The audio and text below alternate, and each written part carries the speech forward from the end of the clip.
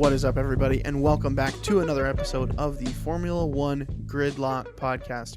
My name is Nathan Charles, and I am your host, along with my wonderful, beautiful, my enigmatic, my charismatic co-host, Chase Bozon. How you doing, Chase? I'm doing great. How are you doing? I am excellent. I love when we get a race that either Max Verstappen or Lewis Hamilton doesn't win. And we really got that race this week. So I really could not be happier with the 2021 Azerbaijan Grand Prix. Why don't we just get into the rundown, Chase? So Charles Leclerc qualified on pole. Second in qualifying was Lewis Hamilton, and third was Max Verstappen. And the final result was not even close to that qualifying. We had Sergio Perez taking his first win in the Red Bull in first place. Sebastian Vettel in the Aston Martin taking second. Pierre Gasly on his first podium taking third for AlphaTauri. Charles Leclerc in the Ferrari taking fourth. Fifth place was Lando Norris in the McLaren. Sixth place, Fernando Alonso in the Alpine. Seventh place, our boy Yuki Tsunoda in the AlphaTauri. Eighth place, Carlos Sainz in the Ferrari. 10th, Lando's teammate Daniel Ricciardo in the McLaren. 9th, Daniel Ricciardo. 10th, Kimi Räikkönen in the Alfa Romeo, followed by his teammate in 11th, Antonio Giovinazzi. 12th place was Valtteri Bottas in the Mercedes. 13th place, Mick Schumacher in the Haas. 14th place, Nikita Mazepin in the Haas.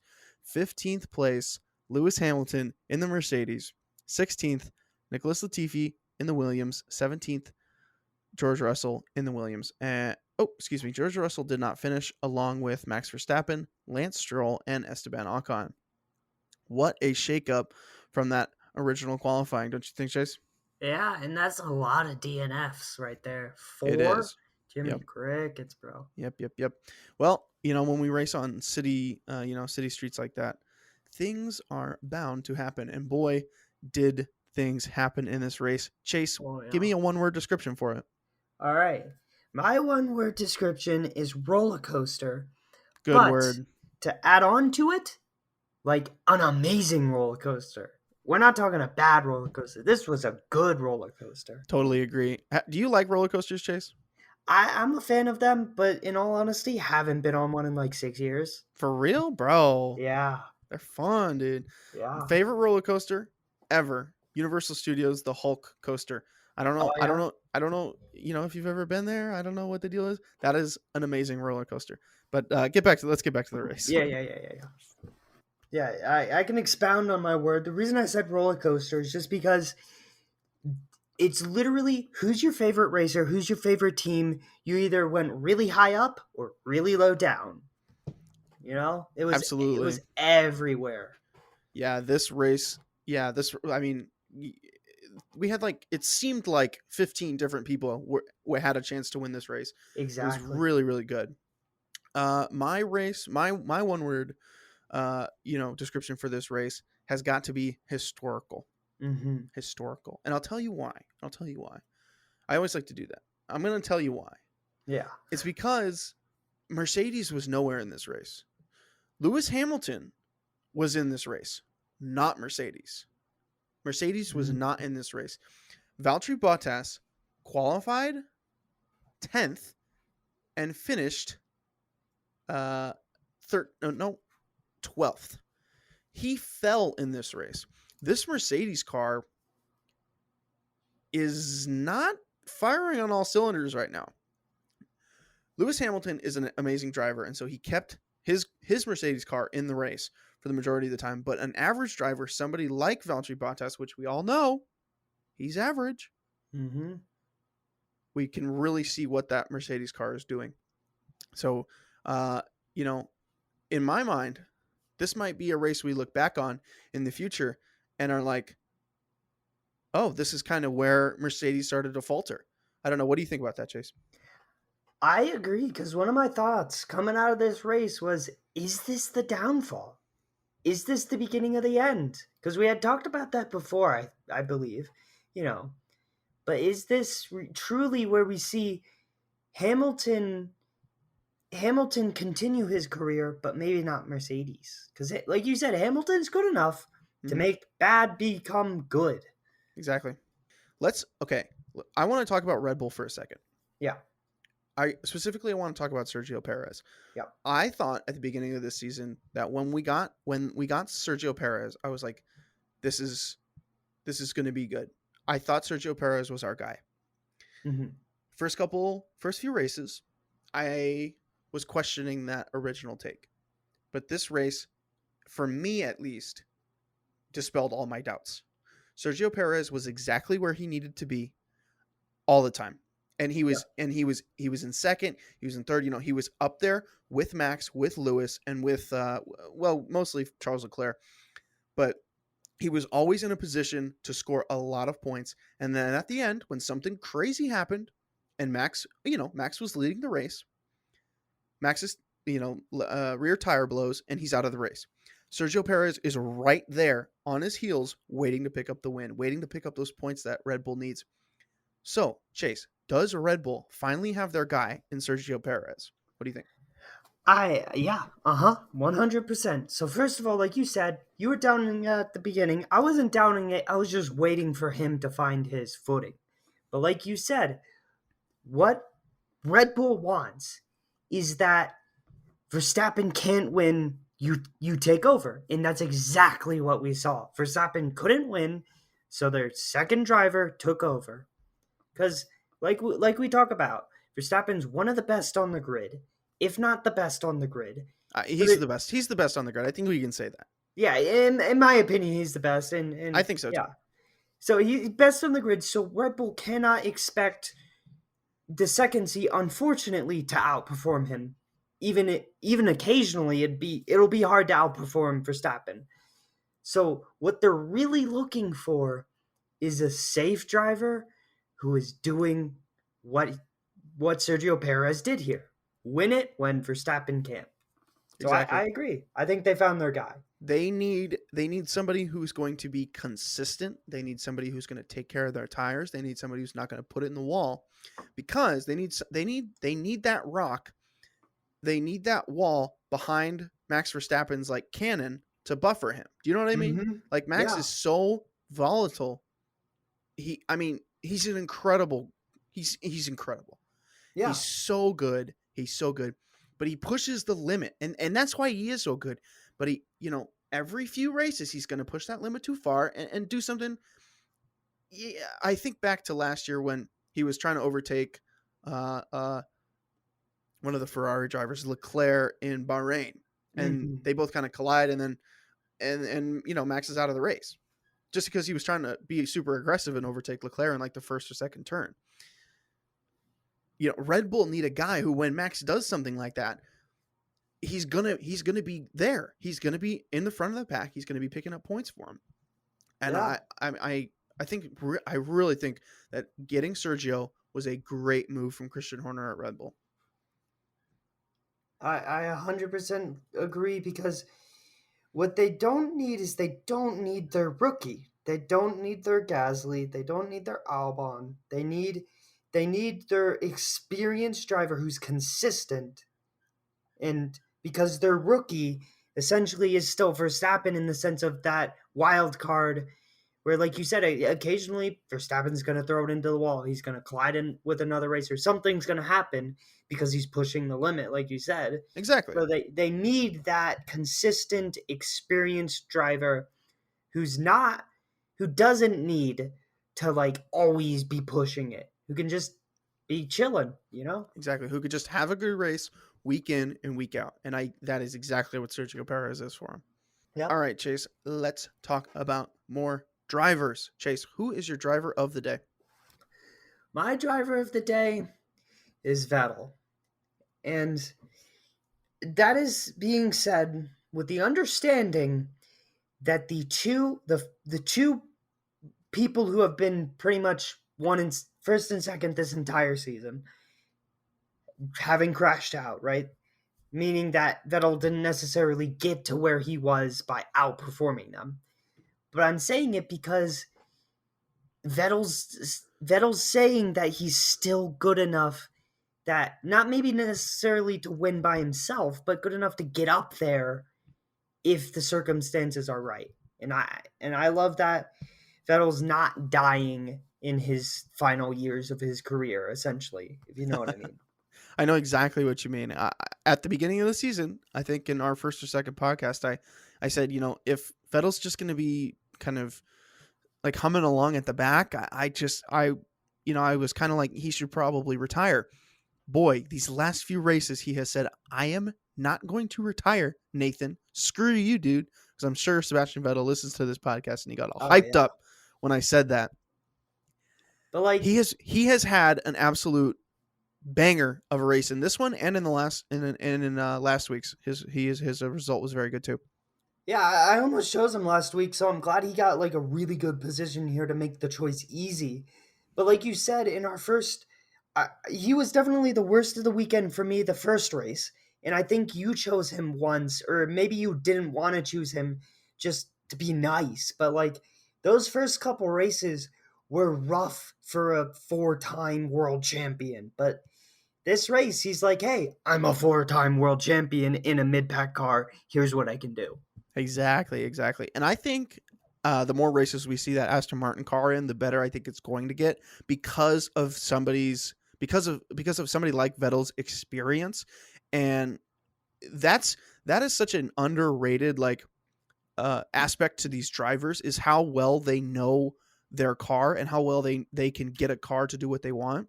Yeah. When somebody has experience like Vettel, he knows exactly what he wants out of the car, and he can, because he's had so much time, he knows exactly how to get it, and he knows how to work with the guys, he knows how to work with the garage, he knows how to work with the management and get that car to be fast, to be good.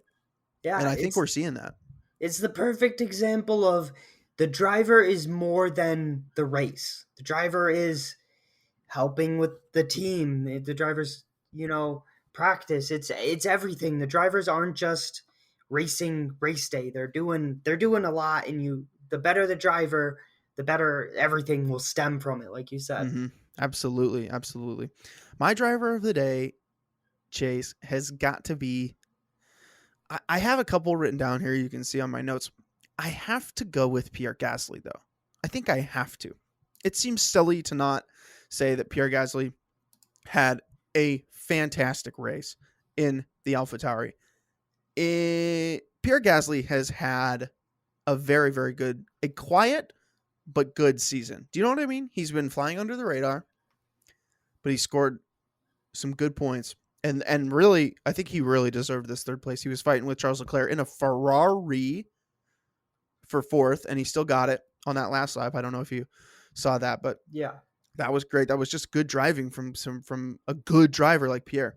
And I really hope in the next few years we see Pierre get into a car that is legitimately going to fight for that third or second place. I'm talking get him into a Alpine. I'm talking just get him into a car that's on the rise, I don't know. What do you think? I think it's a good choice. Personally, I'm not that big of a Gasly fan. Okay. That's just personal. I How think dare it's a you? good choice. I think he did deserve the position he got. But the one thing I want to pick apart is you emphasized Ferrari pretty aggressively there for reasons, right? But the question is that Ferrari better than the AlphaTauri? And I know that seems kind of like a dumb question, but my reasoning is Hamilton just passing Leclerc like he has DRS. And what was it, the second lap or something? He Yeah, early on. flew past him, and He I was did, like, yeah. "You're kidding me!" They Are said we sure? slipstream. I don't Are we know. sure he didn't have DRS? He didn't I'd have have to go back DRS. and check. Okay, he I didn't can have I can DRS. check right now. I guarantee you, he didn't have DRS. Okay, He flew past him, he and did. that's I did see that. the moment I saw that, I was like, "Ooh, that's a little rough." And then Leclerc fell back, and Leclerc's a good driver, so True. I'm not certain that Ferrari is really cracked. I'm not sure it's that good these days. Dang, really? Okay, here's my deal, and we can actually let's talk a little bit more about Ferrari, because one of my talking points here is what kind of what my dad said last week. Is Ferrari back? I thought they've had. I mean, I will say this, something that goes against your sort of assumption that Mm-hmm. that Lewis Hamilton Ferrari's not there. that Lewis Hamilton was faster than Leclerc is. Leclerc qualified on pole, and it wasn't some fluke like Monaco. Mm-hmm. Okay, he legit qualified on pole. So that Ferrari has speed. It's undeniable. That's a pole. That's 2 poles in a row for Charles Leclerc. Now Ferrari is quick. It's not last year's Ferrari. It's not 2 years ago Ferrari. This is a decent car that is capable of winning pole over Lewis Hamilton and Max Verstappen. It's a good car. It's a fast car. So real quick, I did watch it. No DRS. Lap 2 passes him as if it's DRS. Okay. All right. So second of all, right, still into the podcast here. I agree. It's not a bad car. That's not what I'm saying. But am I saying? Well, what I'm saying is, one, we know Leclerc's good. I think Leclerc is pulling that car to pole. I don't think the car is fast enough by itself to be on pole. I think that's Leclerc and the car, boosting it. But the question I'm proposing is, did Gasly fight for his life and beat the Ferrari? Or did Gasly, kind of fight and beat the Ferrari? If you know what I mean. Was it between Leclerc and Ferrari's power, did Gasly have to use 100% of his power to beat them?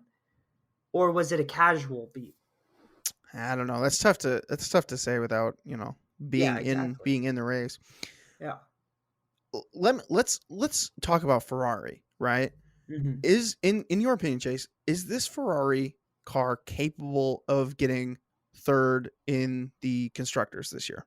Yeah. Because currently they are. They're up on McLaren by 2 points. Ferrari right now has 94 points. McLaren has 92. So you think they are capable of getting third this year? I think they're capable, but I don't think they're going to. Okay.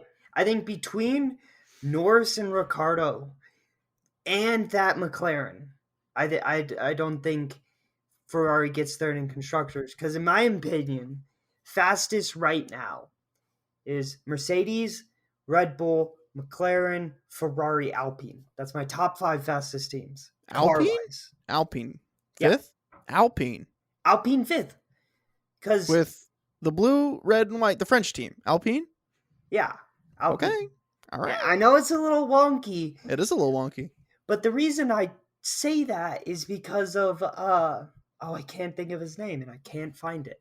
Hold on. Alonso's teammate. What's his name? Come on. Esteban Ocon. Ocon. I like Ocon. He's a good racer. He didn't finish this race. I like him, but is he really top 10 material, or is it his car pulling him? Because he was top 10. What was it, Spanish? He was 9th in the Spanish Grand Prix. He was 7th in the Portuguese Grand Prix. He was 9th in the Romagna. Imola, just say Imola. Imola, yeah. He was 9th in that. Is that really the Ocon? Is that Ocon, or is that the car pulling him? I think it's the car. Okay, I guess that's valid. I don't know. I feel like Ocon is a decent driver. I don't think he's as good as somebody like Pierre Gasly or. I agree, and that's or Lando Norris, but I think he's a quality driver. I feel like he's a top 10 driver, just right there on the outside. But you might have a point. I mean, Fernando Alonso in this race finished 6th behind Lando Norris and in front of Yuki Tsunoda. Ooh, Yuki Tsunoda! Right, love that boy. Okay, let's switch. Let's talk real quick. I do want to clarify. I think Ocon's good, but my point is, we've got a solid lineup here. We got 2 Red Bulls that deserve to be in the top 10. We got 2 Mercedes, debatably, that deserve. We got 2 Ferraris, 2 McLarens, and then Ocon's just sitting there with his Alpine multiple races in a row. That's the point. I think he's a good racer. My debate is how much of it is him right now. Valid. Okay. All right, let's switch. Let's talk teams. Chase, what is your team of the day? My team of the day is definitely AlphaTauri. I mean, they've not been doing well.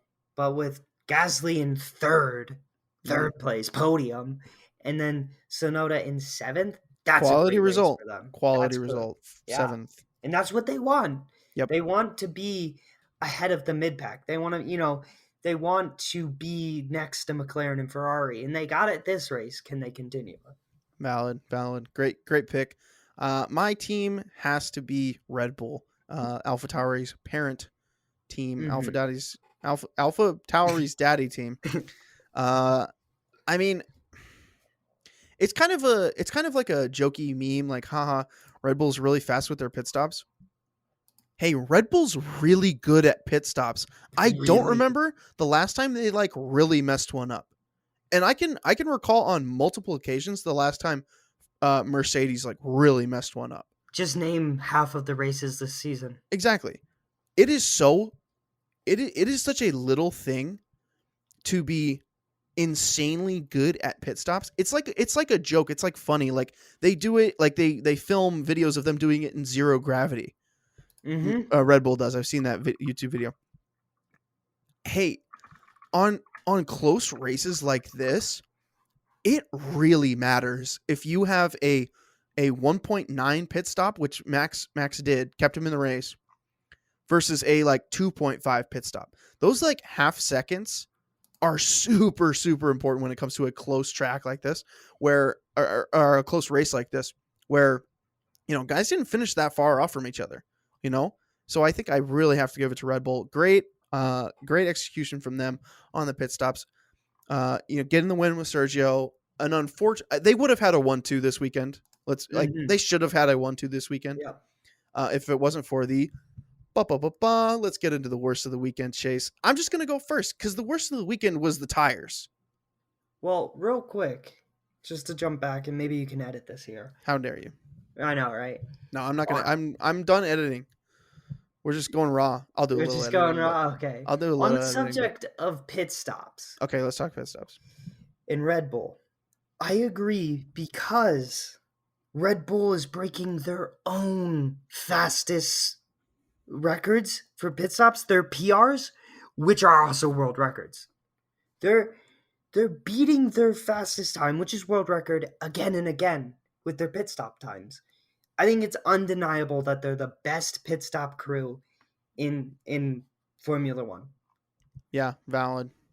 So let's talk worst of the weekend, shall we? Yeah, there you go. Let's talk. We have to talk about the tires. Two racers, Lance Stroll for Aston Martin, didn't finish. One of his tires blew.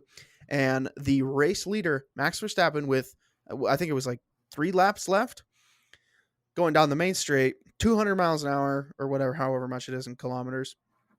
His rear tire blows. He's out of the race. Bing, bang, boom. We can't have this. This is ridiculous. If a driver makes a mistake and goes into the wall, that's one thing.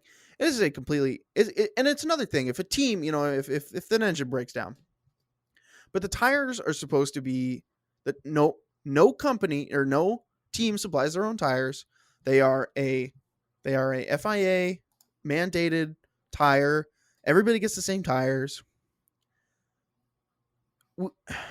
These tires shouldn't cost people the race.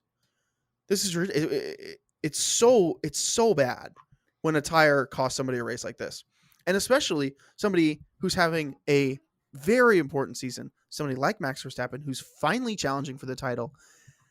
This just killed me, and I'm thankful that. Well, I'm not really thankful. I guess it kind of evened out that Lewis Hamilton also had an issue, had a brake issue, and fell down the pack. But if this had been the race that Max fell behind, and say Lewis doesn't have this issue with his brakes, say Lewis goes on, wins the race, because it kind of looked like he was going to get past Sergio Perez on the restart. Yeah. Lewis goes on to win the race. Max is now a race behind. He needs Lewis to DNF or basically, have a bad weekend, which is possible. But Lewis is a good driver. He's not going to have a lot of bad days.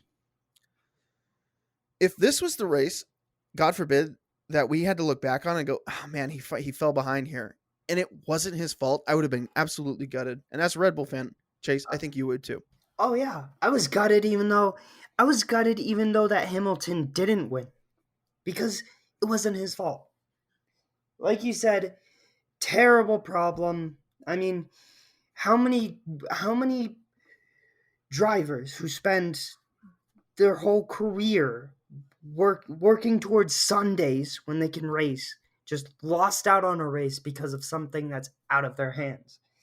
And some historical things that it brings up for me, and I don't know too much about it, but the American circuit race, like a decade ago, where like they had half the cars start because they had three different tire teams or something like that, and then half of the tires blew up. That's what it reminds me of. Where it's like, is this race gonna be remembered because it's like, hey, here's where a tire blew up, here's where another tire blew up, you know? Absolutely. Sorry, I was checking some texts. I know, terrible, Right. terrible podcasting etiquette Right, of you're me. good. All right. Well, I think we've. Chase, what's your worst of the weekend? Sorry, Did I say it? Oh, did my you? no, I didn't. My worst Thank of the God. weekend. That would have been dumb if you had said it. I just wasn't listening. No, uh, my worst of But the weekend was Leclerc, and it's not him. It's just what keeps happening to my man. that's Last week, harsh. He's finished fourth. it's not his fault. I'm saying the worst of the weekend is what happened to him. Because, and let me expound. We kind of touched on it earlier, but just the fact that I don't think he had a chance against Hamilton because of cars. Hmm. Because, like I said, Hamilton passes him lap 2, no DRS, flies past my man.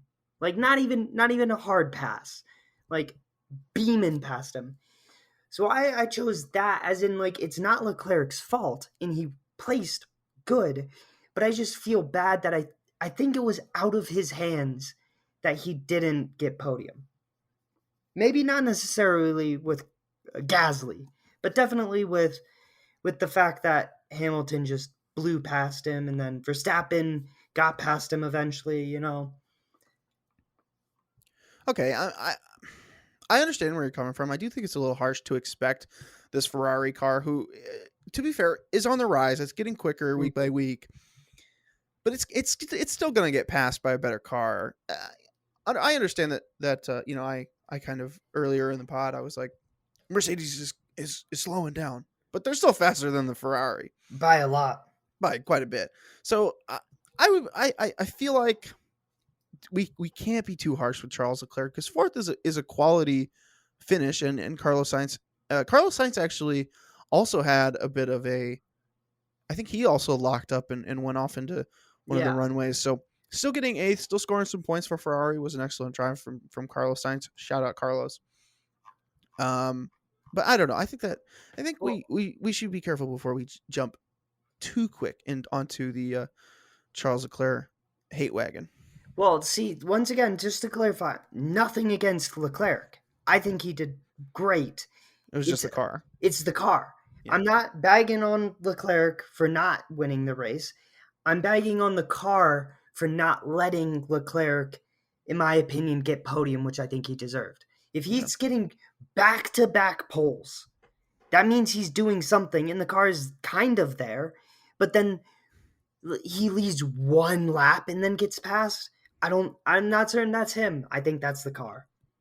So I'm not hitting Leclerc. I'm hitting the fact that I don't think Leclerc is allowed to be as good as he should be. Oh, okay. I agree with that. Okay, Chase, I want to do a little something, because I was this is a new thing, right? Mm-hmm. I was on the Formula One website looking over my stats, looking over the stuff, looking over the race results, the qualifying results, whatever, just to prepare. And I noticed a new article posted today, the power rankings for the current 2021 season. So please don't go to this. Don't go to this, Chase, because I was just about to. Good thing you want. got Don't me. do it. I know. I heard you clicking. Don't go to it, because I want to quiz you and see if you can get any of these right. So first off, give me who, in your opinion, the top 5 like hottest drivers. Not hot as in ooh he's cute.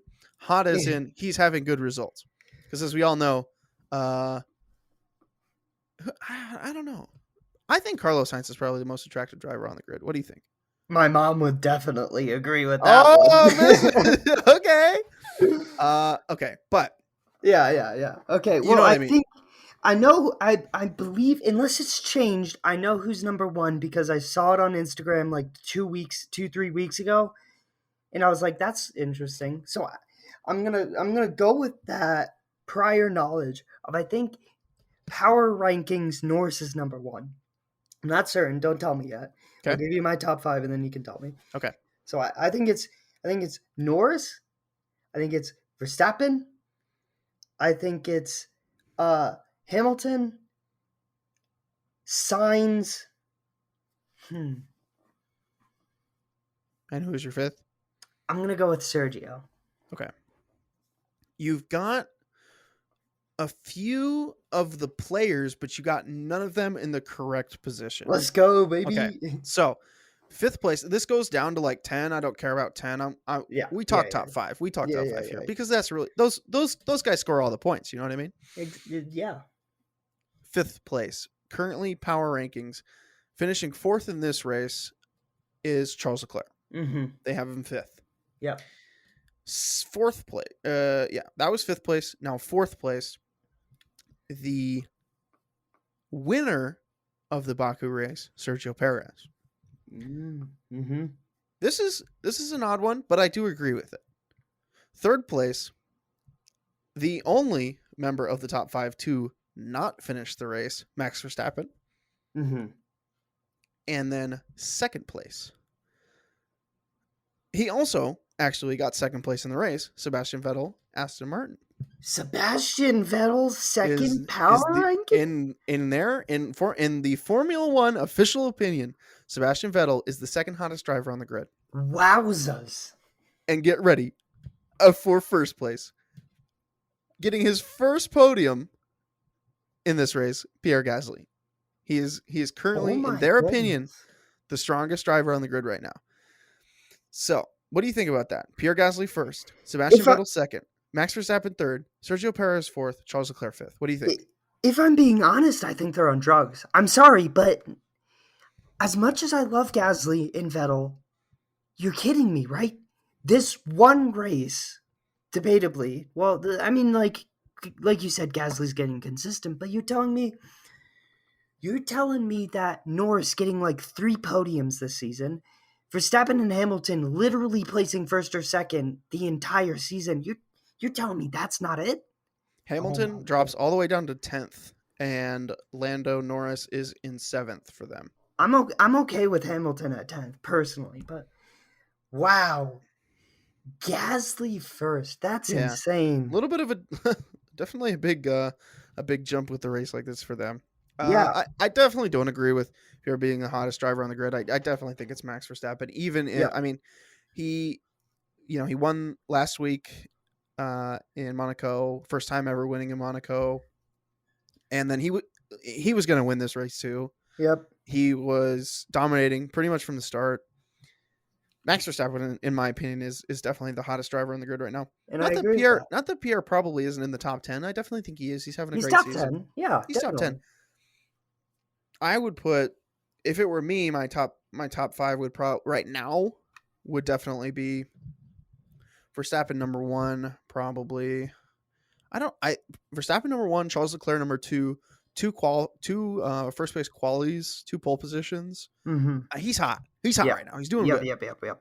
Third place, probably Lewis. Fourth place, probably Sergio. Fifth place, probably Lando. Don't you think? Yeah. Yeah, Fifth place, definitely probably Lando. Yeah. Those are that for me. I feel like is a pretty even top 5, and that's literally off the top of the dome. Chase, I didn't write that down. Yeah, I know.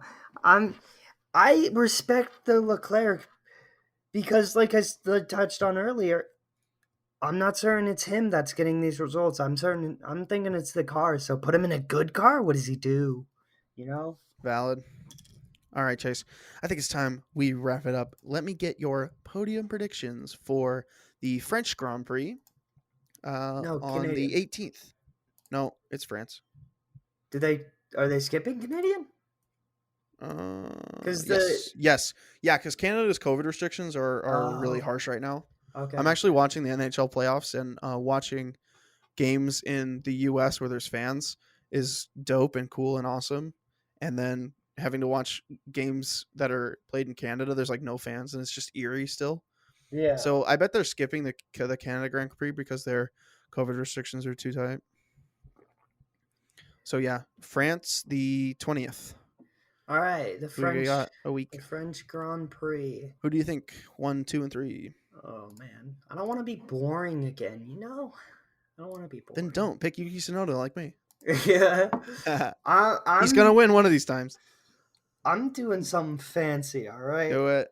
I'm doing something fancy. I'm doing the first one's not fancy. All right, Verstappen. I think he comes back and wins this. Valid. Yeah, that's a I good pick. think Vettel rides the hype train. I think Vettel's Ooh. second again. Okay.